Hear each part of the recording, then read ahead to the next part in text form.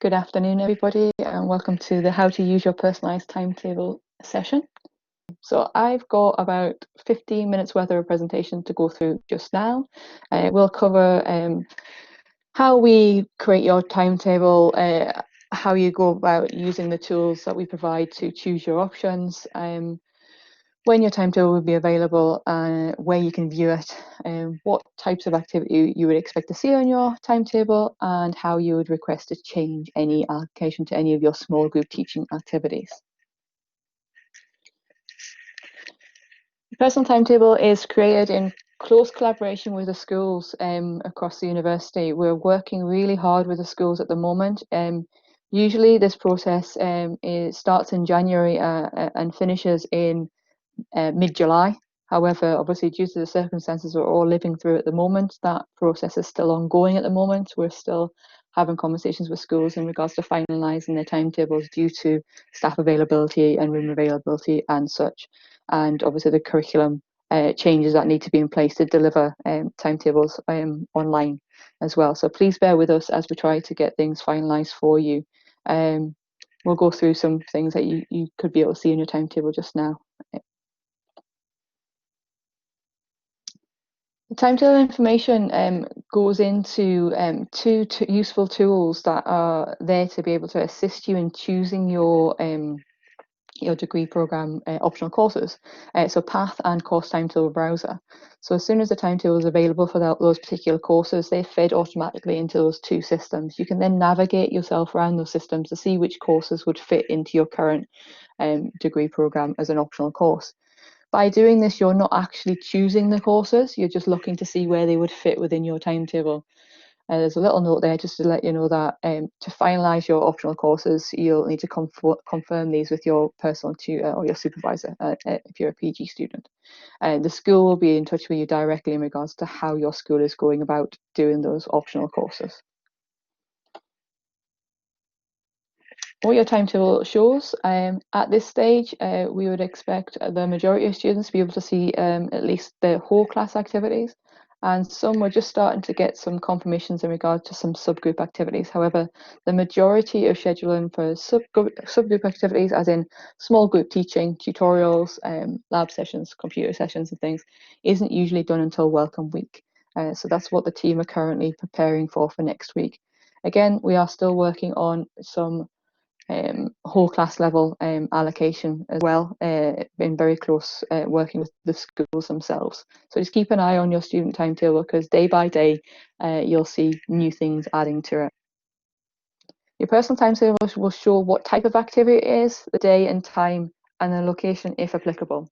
So if it is an activity that's an on-campus activity, that's in person, you will have the location of the actual room and building in your timetable as well.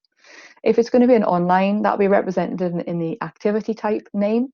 So it will come through as a tutorial online live, and that would mean that your school will send you a direct link to the method that they're going to deliver that online session to you.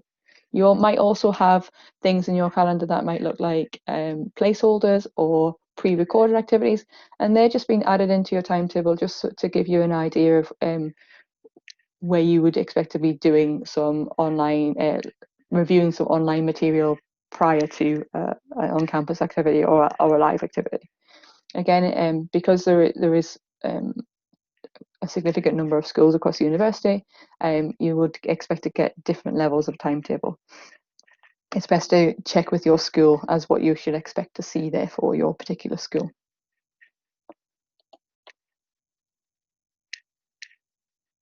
We normally would say that timetables would be available from August, and they have been. We've been day by day adding new activities to students' calendars. So if you've checked it yesterday, it's worth checking again today, because you might find you've got more things, or your blank timetable now has things in your calendar. But I wouldn't worry too much about if it is still currently blank, because as I said, we were working very closely with the schools to ensure that we have completed the allocation for at least the first few weeks of teaching by the end of next week, prior to you expect on campus or your teaching starts.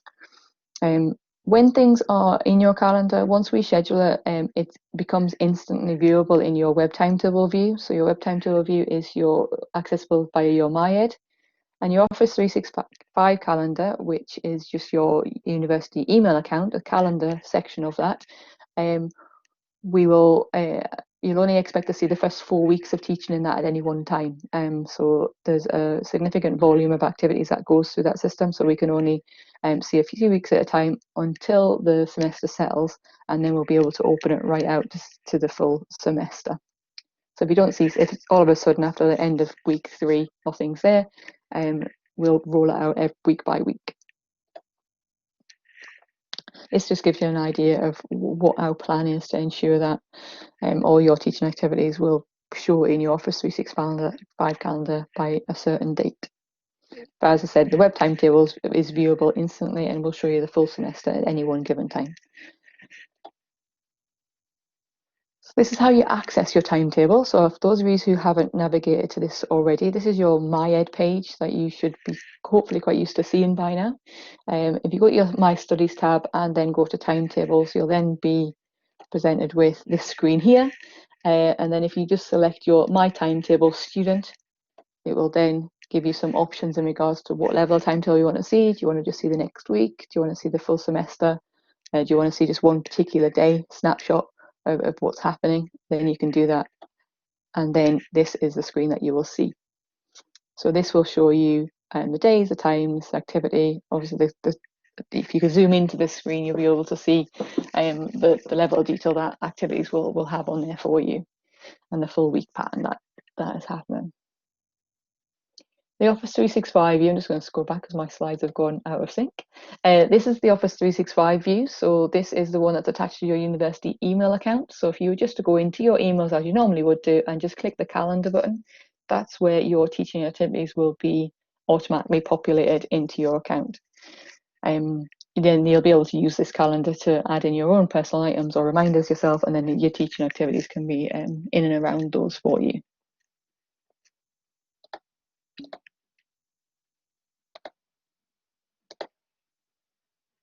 I can see someone just asked me a question now. I'm just going to finish these slides and then we'll get to all questions because I only have 3 slides to go. How do you request a change of group activities?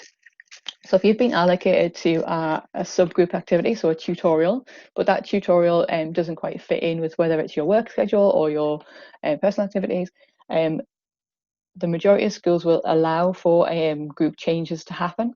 We open up what's called a group change request form, and students will be going there and tell us what activity they're already allocated to and what day and time it is, and give us an idea of a more suitable one that would fit into their own personal circumstances.